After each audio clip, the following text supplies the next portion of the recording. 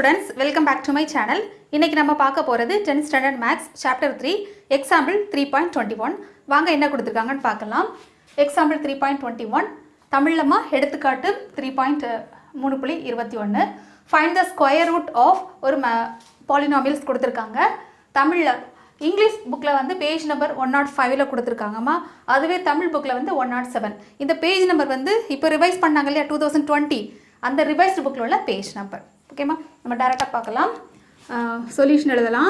தமிழ் ஸ்டூடெண்ட்ஸா இருந்துச்சுனா தீர்வுன்னு எழுதிக்கோங்க. ஓகேமா, தீர்வு. ஓகே, பார்க்கலாம். இப்போ இந்த பாலினாமியல் இதை நம்ம வந்து சால்வ் பண்றதுக்கு வந்து ஒரு சின்ன டெக்னிக் ஃபாலோ பண்றோம். உங்களுக்கு அது ஓகேவா இருந்துச்சுனா ஃபாலோ பண்ணுங்க. ஓகேமா, ஃபர்ஸ்ட் பார்க்கலாமா? ஃபர்ஸ்ட் இந்த மாதிரி ஒரு டிவிஷன் போட்டுக்கலாமா? லாங் டிவிஷன் இந்த மாதிரி போட்டுக்கோங்க. கொஞ்சம் ஆக்சுவலாக இந்த சைடும் கொஞ்சம் கேப் வேணும், அந்த சைடும் கொஞ்சம் கேப் வேணுமா? இவ்வளோ போதும்னு நினைக்கிறேன். ஓகே, போதும்.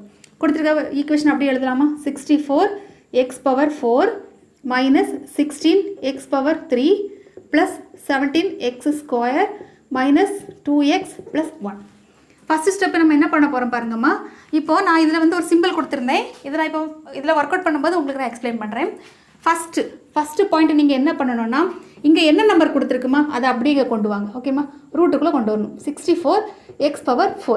அதாவது இதுக்கு நம்ம ரூட் எடுக்க போகிறோம். எப்படின்னு பாருங்கள். இதை நம்ம எப்படிமா பிரிக்கலாம்? 64 எப்படி பிரிக்கலாம்? 8 இன்று அதை x⁴ இல்லையா? x⁴ என்னம்மா? x⁴ எப்படி பிரிக்கலாம்னா பவரை வந்து நம்ம டிவைட் பண்ணணும். ஓகேவா, 2ஆல் டிவைட் பண்ணால் என்ன வரும்? x². அவ்வளோதான். அப்போது 8x² இன்ட்டு 8x². புரியுதாம்மா? அப்போ பிரிச்சிருக்கா? இப்படி நம்ம பிரிச்சிருக்கோம். நெக்ஸ்ட் ஸ்டெப் என்னென்னா, இப்போ ரெண்டில் வந்து நம்ம ஏதாவது ஒன்று தான் எடுக்க போகிறோமா? அதாவது 8x². அப்போ இதோட ரூட் என்னம்மா? ரூட் ஆஃப் 64x⁴ வந்து 8x². இதை நான் வந்து ரவுண்டு போடுறேன். ஓகேம்மா?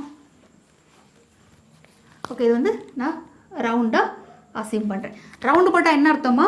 ரவுண்டு போட்டால் அந்த நம்பரை நம்ம டிவிஷன் போட்டிருக்கோம் இல்லையா? லாங் டிவிஷனுக்கு இந்த சைடும் போடணும், இந்த சைடும் போடணும்.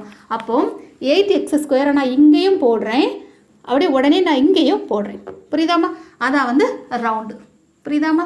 நெக்ஸ்ட்டு இது ரெண்டையும் மல்டிப்ளை பண்ணால் நமக்கு என்னம்மா வரும்? இதே நம்பர் தான் வரும், 64x⁴. நெக்ஸ்ட் ஸ்டெப் பாருங்கள். இப்போது நம்ம வந்து சைன் சேஞ்ச் பண்ண போகிறோம். புரியுதாம்மா? சைன் சேஞ்ச் பண்ணால் தான் அது வந்து கட் பண்ண முடியும். ஸோ சைன் சேஞ்ச் பண்ணால் இது ரெண்டும் நமக்கு கட் ஆகும். கட் ஆகிட்டு ரிமைனிங் இந்த 2 நம்பர் இருக்கலாமா? அப்படியே நான் இறக்க போகிறேன். Minus 16x⁴ plus 17x². அதாவது ஃபஸ்ட்டு ஒரே ஒரு நம்பர் மட்டும் தான் இங்கே இறக்கணும், ரெண்டாவது ரெண்டு நம்பரை நம்ம இறக்கலாம். புரியுதாம்மா? ஸோ நம்ம இது அப்படியே இருக்கட்டும். நெக்ஸ்ட் ஸ்டெப்பு பாருங்கம்மா.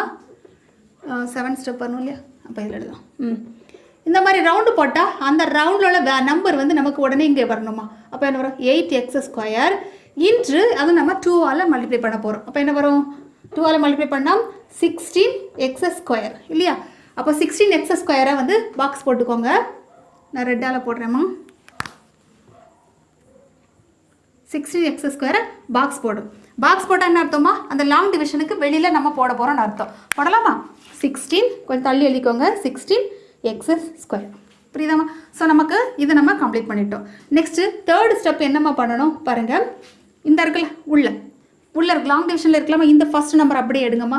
மைனஸ் 16x⁴ டிவைடட் பை இருக்கு இல்லையா இந்த நம்பர் 16x². இது நம்ம கட் பண்ணியாச்சுன்னா என்னம்மா வரும்? கட் பண்ணியாச்சுன்னா கேன்சல் ஆகும். எக்ஸும் கேன்சல் ஆகிட்டு மைனஸ் எக்ஸ் கிடைக்கும் இல்லையாம்மா? மைனஸ் எக்ஸை நம்ம என்ன பண்ண போகிறோம்னா மறுபடியும் ஒரு ரவுண்டு போட போகிறோம். புரியுதாம்மா? ஏன்னா நம்பர் பாருங்கள் 1 3 6க்கெல்லாம் நமக்கு இந்த ரவுண்டு சிம்பிள் வரும். ஸோ 1 3 இது வந்து ஃபஸ்ட் ஸ்டெப்பு, இது தேர்ட் ஸ்டெப். ரவுண்டு போட்டால் என்ன அர்த்தம் நான் சொல்லியிருக்கேன்? ரவுண்டு போட்டால் அங்கே என்ன நம்பர் வருதோ அதை நம்ம இங்கேயும் போடணும், இங்கேயும் மறக்காமல் போடணும். புரியுதாம்மா? இப்போ நம்ம இதை கம்ப்ளீட் பண்ணிட்டோம். நெக்ஸ்ட்டு பாருங்கம்மா. நெக்ஸ்ட்டு ஃபோர்த் ஸ்டெப் பாருங்கள். நான் ஆல்ரெடி சொல்லியிருக்கேம்மா, இந்த மாதிரி ரவுண்டு வந்தாலே அதில் என்ன நம்பர் இருக்கோ அப்படியே இறக்கிருங்க. மைனஸ் எக்ஸு ப்ராக்கெட் இங்கே என்ன நம்பர் போட்டிருக்கோம்மா? இந்த 2 நம்பருமே அப்படி நம்ம இங்கே கொண்டு வரோம். மைனஸ் 16 இல்லை ப்ளஸ் 16x² மைனஸ் எக்ஸு. ஓகேம்மா? இது நம்ம உள்ள மல்டிப்ளை பண்ண என்னம்மா வரும்? மைனஸ் 16x³ ப்ளஸ் x² இல்லையா? இதுக்கு வந்து நான் என்ன சிம்பிள் போட போகிறேன்னா இந்த சிம்பிள் ஓகேவா. அதாவது இது 4வது ஸ்டெப்பு தானே. 4வது ஸ்டெப்னா என்ன வருமா, இந்த சிம்பிள் வரும். அப்போது இப்படி இது நமக்கு தெரிய வேண்டியதான் ஓகேவா. இந்த சிம்பிள் போட்டால் என்ன அர்த்தம், அங்கே என்ன நம்பர் இருக்கோ அதை நம்ம இந்த இடத்துல எழுத போகிறோம்னு அர்த்தம். அப்போ என்ன வரும், -16x³ + x² எழுதியாச்சு. நெக்ஸ்ட்டு என்ன பண்ணுறோம் பாருங்கள், இந்த இடத்துல சைன் சேஞ்ச் பண்ணுறோம். ஏன்னா இதை கட் பண்ணணும். அப்போது நம்ம சைன் சேஞ்ச் பண்ணால் தான் கட் ஆகும். இது ப்ளஸ் ஆகும், இது வந்து மைனஸ் ஆகும். அப்போ இது ப்ளஸ் ஆயாச்சுன்னா இதுவும் கட் ஆகும். அப்போ நெக்ஸ்ட் என்ன பண்ணுவோமா, இதை நம்ம சிம்பிளிஃபை பண்ணலாம். 17x²லேருந்து ஒரு x² போயாச்சுன்னா நமக்கு கிடைக்கிறது 16x². நெக்ஸ்ட் ஸ்டெப்பு இந்த 2 நம்பரை அப்படியே நம்ம இறக்க போகிறோம் பாருங்கள், -2x + 1. புரியுதாம்மா, இந்த 2 நம்பரை நம்ம அப்படியே இங்கே இறக்கிருக்கோம். நெக்ஸ்ட் ஸ்டெப்பு பாருங்கள் 5. 5th ஸ்டெப்புக்கு என்ன பண்ணணும் பாருங்கம்மா, 2வால் இந்த இது இருக்கு இல்லையாம்மா, இந்த இடத்துல இருக்கு இல்லையா, இந்த 2ஐயுமே நம்ம மல்டிப்ளை பண்ண போகிறோம். 8x² - x. ஓகேம்மா, மல்டிப்ளை பண்ணால் என்னம்மா வரும், 16x² - 2x. ஓகேம்மா, இப்போது இதை நம்ம 5th வந்து எந்த சிம்பிள்மா வரும், இந்த சிம்பிள் இல்லையா, ஸ்கொயர். 5th வந்து ஸ்கொயராக நம்ம எதில் எழுத போகிறோம், இந்த டிவிஷனுக்கு இந்த சைடு. ஓகேம்மா, என்ன கிடச்சிருக்குமா, 16x² - 2x. கொஞ்சம் கேப் விட்டு எழுதிக்கோங்கம்மா. நெக்ஸ்ட் ஸ்டெப் என்ன பண்ண போகிறோம் பாருங்கள், 6th ஸ்டெப்பு இல்லையா, 16x² இந்த 16x² டிவைடட் பை இந்த டிவிஷனில் இருக்கலாமா, இதை நம்ம டிவைட் பண்ண போகிறோம். அப்போ என்ன வருமா, அகைன் 16x². ரெண்டையும் வந்து நம்ம சிம்பிளிஃபை பண்ணியாச்சுன்னா நமக்கு கிடைக்கிறது 1 நம்ம என்ன பண்ண போகிறோம்னா 6th வந்து என்னமா இந்த சிம்பிள் இல்லையா, ஸோ ரவுண்டு சிம்பிள்னா என்ன சொல்லியிருக்கேம்மா, 2 இடத்துல போடணும். அப்போது +1 இல்லையா, ஸோ +1 நம்ம இங்கேயும் போடணும், மறக்காமல் இங்கேயும் போடணும். புரியுதாம்மா. நெக்ஸ்ட் ஸ்டெப் என்ன பண்ண போகிறேன், 7th ஸ்டெப், அதாவது லாஸ்ட் ஸ்டெப் என்ன பண்ணணுமா, இங்கே நம்ம ரவுண்டு போட்ட உடனே அந்த நம்பர் கீழே கொண்டு வந்துருங்க. ஸோ 1 எனக்கு எழுதுறேன், 1 ப்ராக்கெட் இங்கே என்னம்மா இருக்குது அதை அப்படியே இங்கே எழுதுங்கம்மா, 16x² - 2x + 1. இது நம்ம உள்ள மல்டிப்ளை பண்ணால் 16x² - 2x + 1. அப்போ இதுக்கு நம்ம என்ன சிம்பிள்மா போட போகிறோம், 7வதுக்கு எந்த சிம்பிள், இந்த சிம்பிள். அப்போ இந்த சிம்பிள் இப்படி போட்டு ஓகேம்மா, இந்த சிம்பிள் போட்டால் என்ன அர்த்தம், லாங் டிவிஷனுக்கு உள்ளே எழுதணும், அதாவது இது இந்த இடத்துல எழுதணும். என்ன வருமா, 16x² - 2x + 1. இப்போ நெக்ஸ்ட் ஸ்டெப்பு ஃபைனல் ஸ்டெப் என்ன பண்ண போகிறோன்னா சைன் சேஞ்ச் பண்ண போகிறோம். புரியுதாம்மா, இது மைனஸ் ஆகும், இது ப்ளஸ் ஆகும், இது மைனஸ் ஆகும். அப்போ நமக்கு எல்லாமே கேன்சல் பண்ணியாச்சுன்னா நமக்கு என்ன கிடைக்குமோ, 0 கிடைக்கும். ஓகேவா, ஏன்னா 0 கிடைச்சாதான் இது வந்து பர்ஃபெக்ட் ஸ்கொயர். என்ன கொடுத்துருக்காங்கம்மா, find the square of the root.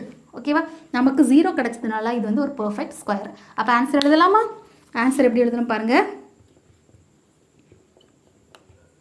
கொடுத்துருக்க ப்ராப்ளத்தை அப்படி எழுதுங்கம்மா, 64x⁴ - 16x³ + 17x² - 2x + 1. இதுக்கு வந்து நம்ம ரூட் எடுக்க போகிறோம். ஓகேம்மா, ரூட் சிம்பிள் போடணும். ஆன்சர் என்னம்மா, மாடுலஸ் போட்டு போடுங்கம்மா. மாடுலஸ்னால் ப்ளஸ் ஆர் மைனஸ் அப்படிங்கிற மீனிங் தான். ஸோ மறக்காமல் மாடுலஸ் போடுங்க. இன்னும் இருக்கலாம் இந்த இடத்துல இது வந்து ஈவு, சரியாம்மா, இது வந்து மீதி.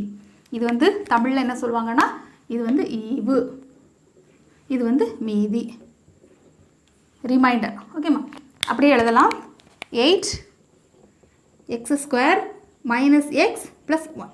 புரியுதாம்மா, இதுதான் நமக்கு கிடச்சிருக்கக்கூடிய ஃபைனல் ஆன்சர். அப்படியே நீங்கள் கம்ப்ளீட் பண்ணலாம். புரியுதாம்மா, இப்போது இது உங்களுக்கு கன்ஃபியூஸாக, இப்போ நம்ம ஒரு 2-3 ப்ராப்ளம் ஒர்க் அவுட் பண்ணியாச்சுன்னா உங்களுக்கு இது ஃப்ரீக்வெண்ட்டாக வந்துடும் பாருங்கள். ஒன்றும் இல்லை, இந்த ரவுண்டு சிம்பிள் வந்துச்சுன்னா அந்த நம்பர் அப்படிங்க எடுக்கணும். இந்த ரவுண்டு சிம்பிள் எங்கெல்லாம் வருதோ இந்த மாதிரி ஸ்ட்ரக்சரை ஞாபகம் வச்சுக்கோங்க. ஓகேம்மா, இந்த சிம்பிளையும் இந்த நம்பரையும் ஞாபகம் வச்சுக்கோங்க, உங்களுக்கு ஈஸியாக இருக்கும். ஓகேவா.